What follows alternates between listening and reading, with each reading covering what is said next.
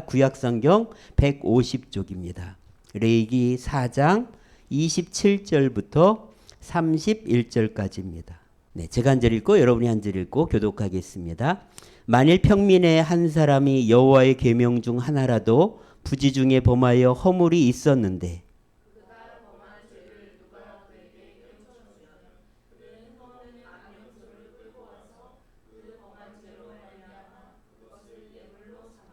그 속죄 제물의 머리에 안수하고 그 제물을 번제물을 잡는 곳에서 잡을 것이요.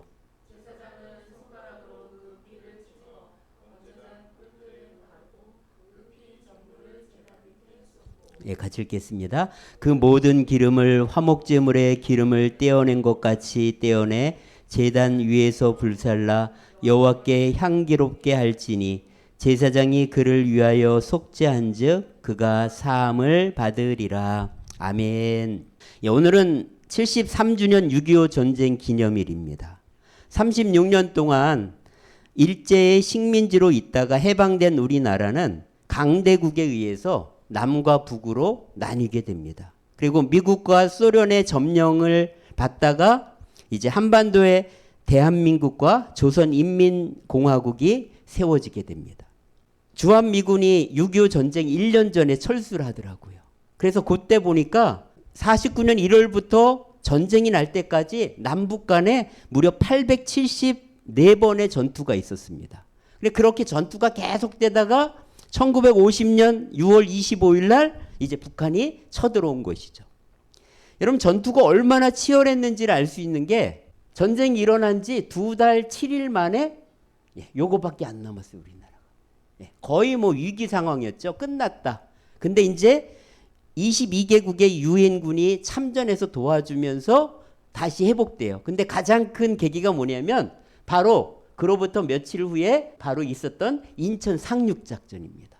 그래서 인천 상륙작전을 하면서 9월 28일 날 다시 서울을 찾아요. 전쟁이 엄청 실감이 있었죠. 그리고 나서 어디까지 가냐면 11월 달에는 압록강까지 갑니다. 그리고 무려 11월 25일은 가장 최북단까지 우리가 차지해요. 자, 이렇게 돼서 이제 우리가 통일까지 가겠나 했더니 중국이 참전을 한 거예요.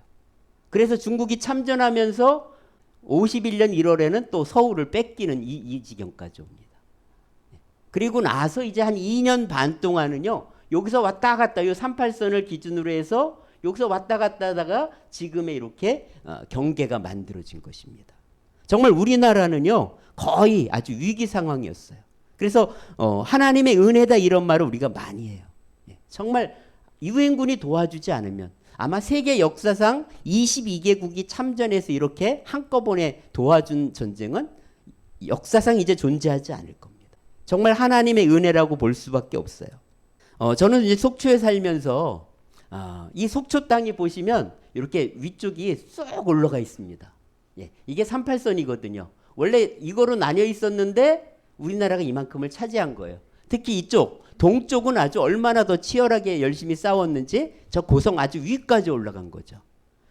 속초 터미널 근처에 가면 수복탑이라고 있는데요. 거기 가면은 엄마와 아들이 북한을 바라보면서 언젠가 다시 돌아가야 될 텐데, 이 속초는 실향민의 땅이거든요. 북한에서 내려온 사람들이 잠깐 살다가 돌아가야지 하고 머문 데가 여기예요.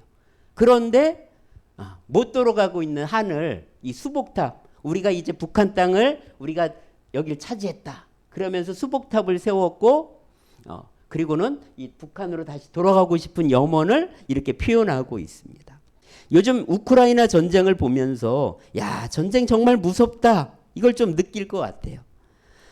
북한은 지금 어느 때보다도 핵미사일 개발에 힘쓰다 보니까 주민들의 삶이 아주 최악입니다. BBC 방송을 제가 보고 놀랐는데요. 주민이 그렇게 말해요. 전쟁이라도 일어나서 좀 제발 끝났으면 좋겠다. 20년 전에 막 굶어 죽은 사람들이 엄청났거든요. 무려 300만 명이 굶어 죽었어요. 20년 전에 북한에서. 그런데 요즘 굶어 죽고 있대요.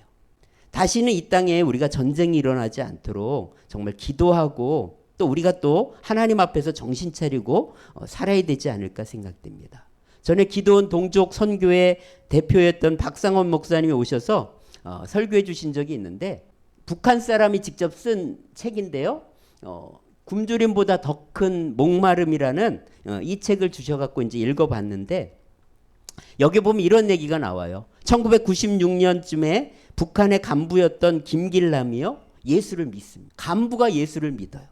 그에게 엄청난 역사가 일어난 거죠. 그런데 그 사람이 예수 믿고 나서 엄청난 일을 일으켜요. 예수 믿은 지 얼마 안 됐어요. 그런데 기도의 책임자가 됐어요. 근데 뭘 믿어야 되는지 모르겠는 거예요. 그래서 성경책을 구하기 위해서 북한에 사람을 보냈는데 돌아오다가 총에 맞아 죽어요.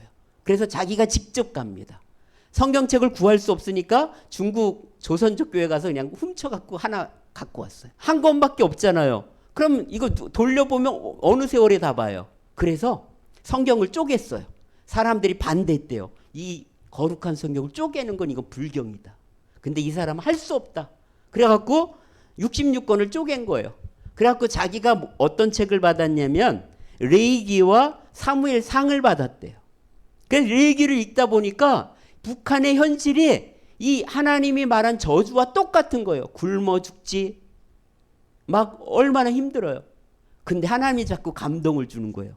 이 레이기의 방법대로 나한테 제사를 드려라. 그러면 이 저주가 끝날 거다. 레이기를 읽는데 자꾸 제사를 드리라는 거예요. 근데요, 그 당시에 소를 잡아 바치면요, 그냥 즉각 사형이에요. 그때 이제 재미있는 일이 또 이제 있는데 그게 뭐냐면 구약 성경을 읽은 사람들은 다 강경파가 되더래요.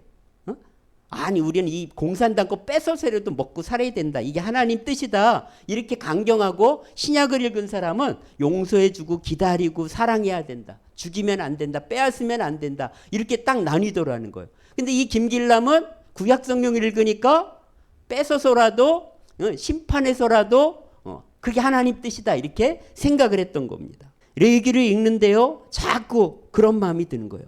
자기가 속한 그 동네의 반원들이 74명이었는데 42명이 굶어 죽었대요. 그러니까 이 사람이 이런 현실을 보면서 이게 진짜 저주다. 이 레위기 보니까 하나님 말씀대로 안 살면 그런 일이 일어나는 거예요.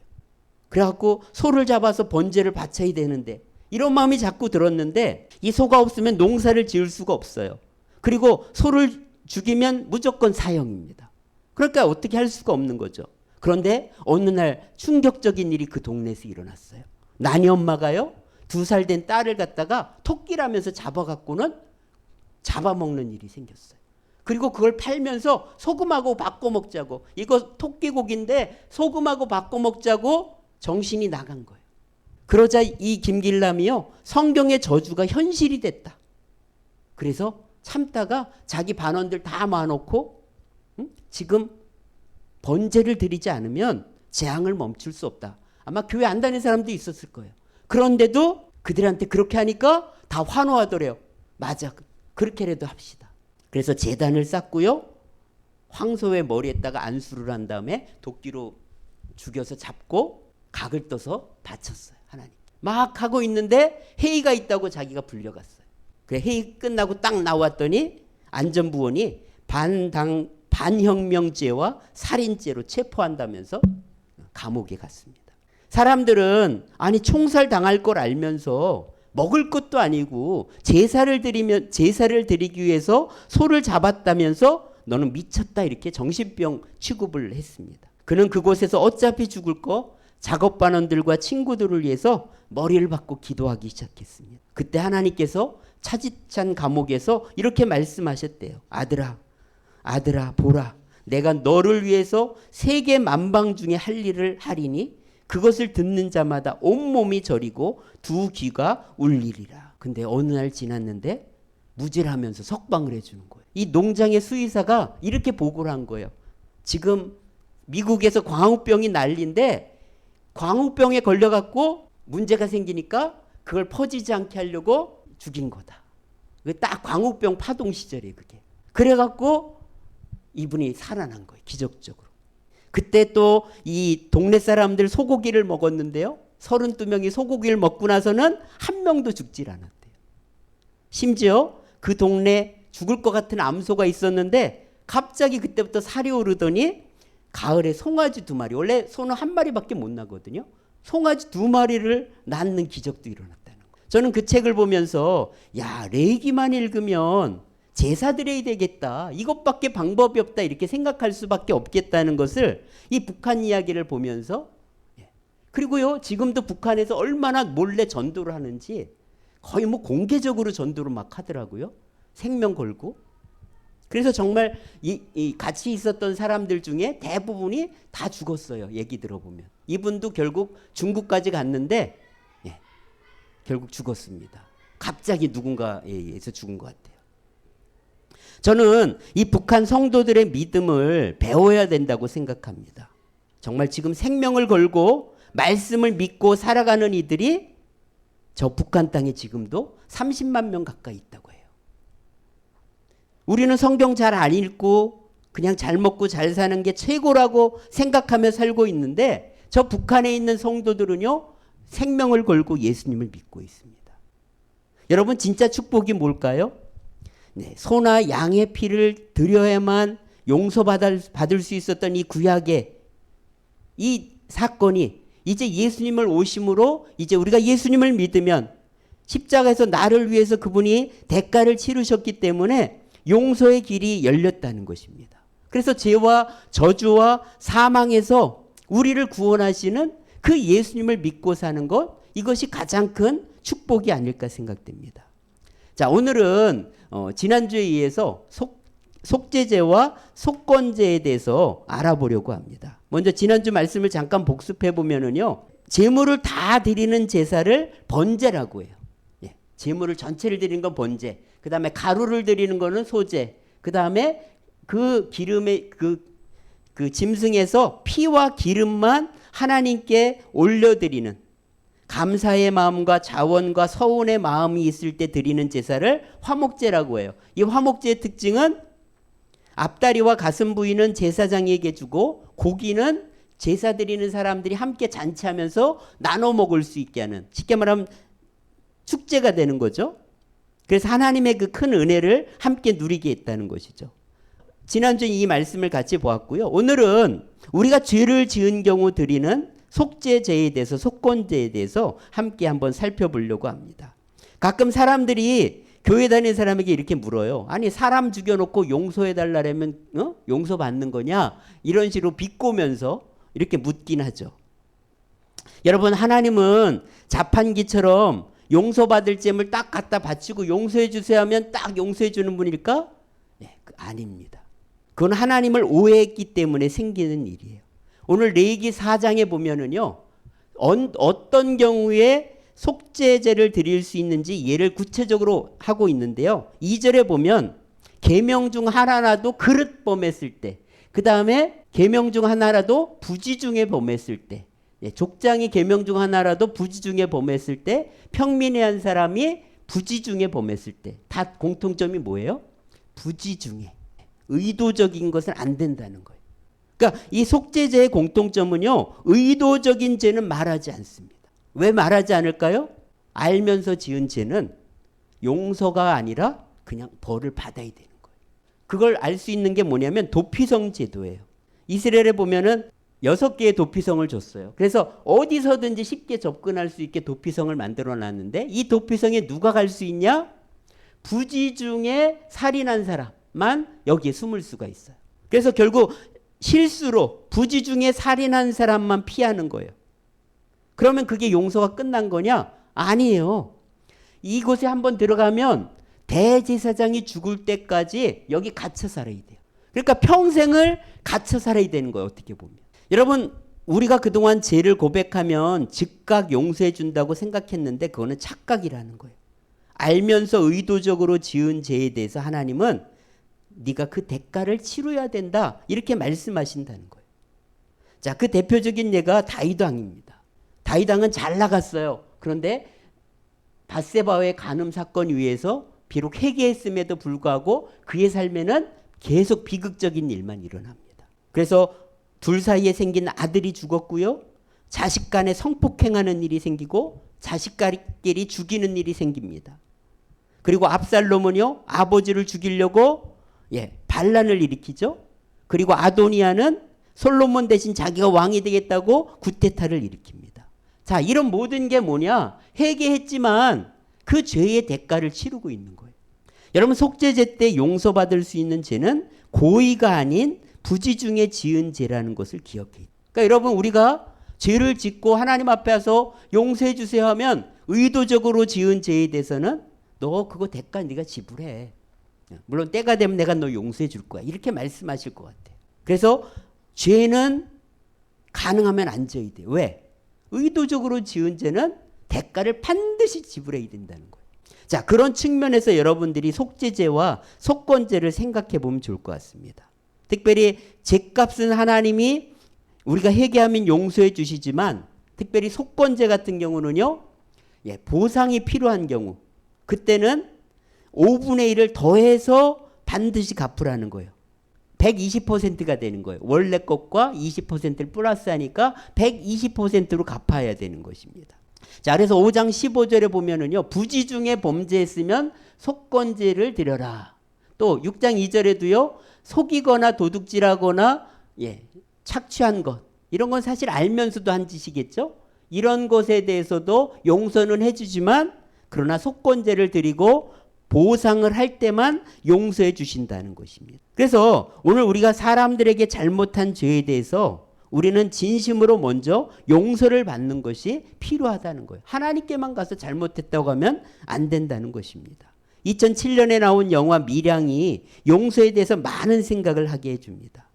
진정한 용서는 뭐냐? 하나님께 회개하는 것과 더불어서 상대에 대해서 분명한 회개의 태도를 취해야 된다는 거예요. 그래서 내가 잘못했다고 말해야 될 사람이 있다면 가서 대가를 지불하고 보상을 해야 된다는 거예요. 용서를 구해야 된다는 것입니다. 그때 진정한 용서가 일어나는 것이죠. 근데 그거를 갖다가 안 했기 때문에 마치 기독교는 싸구려 용서다 이렇게 비난하듯이 이 영화가 말을 하고 있는 것 같아요. 그 유괴범이 뭐라고 말하냐면 전도인이 찾아와서 내가 너를 용서한다고 하니까 잘못했다고는 안 하고 하나님도 나를 용서해 주셨다면서 내가 너를 위해 평생 기도하겠다 이런 말만 하지 용서해 달라고 잘못했다는 사과는 하나도 안 합니다. 그러니까 이제 거기서 전도연이 미친 거죠.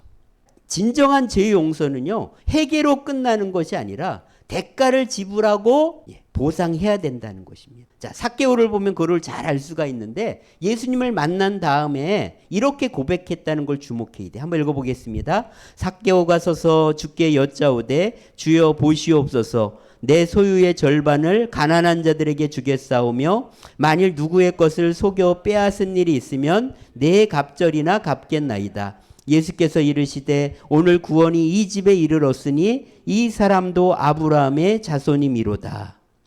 세리로 자기가 불의하게 살았잖아요. 그러니까 예수님 만난 다음에 즉각적으로 내 소유의 절반은 가난한 사람에게 나눠주겠습니다. 이거 엄청난 일이죠. 10억 있으면 5억은 바로 기부하겠다는 거예요. 그 다음에 속여서 빼앗은 일이 있으면 4배로 갚겠습니다. 아까 얘기했던 5분의 1이 아니라 4배로 자기는 갚겠다는 거예요. 그러자 예수님께서 삭개오에게 선포하죠. 이 집에 구원이 임했다. 진정한 구원은 바로 이렇게 하나님 앞에서 변화된 회개의 태도를 보이는 것이라고 예수님은 말씀하고 있는 거죠. 자, 그러면 구체적으로 속죄제를 어떻게 드리는지를 한번 살펴보면서 오늘 우리에게 주시는 메시지를 한번 살펴봤으면 좋겠습니다. 이 속죄제는요, 직분에 따라서 예물을 다르게 드리라고 하고 있어요. 그래서 제사장이나 모든 회중의 죄를 다룰 때는 수수를 드리고요. 족장은 순염소, 평민은 암염소나 암양, 빈민은 비둘기 2마리. 더 가난하다 그러면 밀가루 갖고도 하나님 앞에 속죄의 제사를 드리게 하셨다는 거예요. 그러니까 결국 무슨 얘기냐? 같은 죄지만 개인의 영향력에 따라서 큰 죄가 된다는 거예요. 저는 요즘 국회의원들이 불체포 특권을 아직까지도 제대로 내려놓지 않는 걸 보면서 안타까워요. 왜? 영향력이 크면 그 죄는 국민들이 볼 땐 더 큰 죄거든요. 똑같은 죄가 아니라는 거예요. 그래서 이 직분과 영향력에 따라서 죄의 크기가 다르다는 것을 성경은 이야기하고 있습니다. 특별히 하나님께서 가난한 사람들을 위해서 너희들도 용서받아야 된다. 그러면서 엄청난 예외를 허용하고 있는데 그게 뭐냐? 성경은 피 없이는 용서가 없다는 얘기를 강조하잖아요. 근데 극빈자에게는 피 없는 밀가루로 바쳐도 용서를 해주겠다는 거. 왜? 용서가 중요하니까. 근데 가난하다고 아무리 드릴 거 없는데요? 그러면 안 된다는 거예요. 그래서 이 엄청난 예외를 가난한 사람들에게 하나님이 허락해 주신 것입니다. 그래서 모든 사람들은 죄를 지으며 살기 때문에 반드시 죄를 용서받아야 되는 것입니다. 가끔 착각하는 사람들이 있어요. 내가 착한 일 하면 죄가 없어진다. 여러분 절대 그렇지 않아요. 죄는 죄대로 쌓여 있고 착한 일은 착한 일입니다. 그래서 속죄하지 않으면은요, 용서받지 않으면 우리는 하나님 앞에 갔을 때 내가 엄청난 죄인인 걸 알게 될 거예요. 그래서 우리에게 예수님을 보내주셔서 죄 용서의 길을 열어주신 것입니다. 제가 아이들에게 전도하면서요 매일 강조하는 게 있어요. 니들 달력만 봐도 예수 믿어야 돼. 제가 이렇게 말을 많이 해요. 왜 2023년이에요? 구원자 예수님이 이 땅에 오신 지 2023년이 됐다는 표시예요.